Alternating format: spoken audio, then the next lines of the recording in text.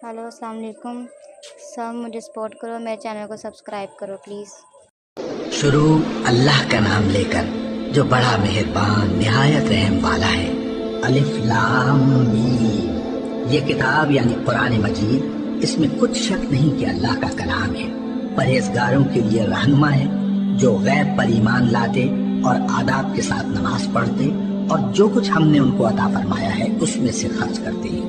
और जो किताब ऐ पैगंबर तुम पर नाजिल हुई और जो किताबें तुमसे पहले पैगंबरों पर नाजिल हुई, सब पर ईमान लाते और आखिरत का यकीन रखते हैं। यही लोग अपने परवरदिगार की तरफ से आई हुई हिदायत पर हैं और यही लोग कामयाब हैं। जो लोग काफिर हैं उन्हें तुम नसीहत करो या ना करो, उनके लिए बराबर है।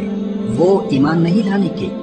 अल्लाह ने उनके दिलों और कानों पर मोहर लगा रखी है और उनकी आंखों पर पर्दा पड़ा हुआ है और उनके लिए बड़ा अज़ाब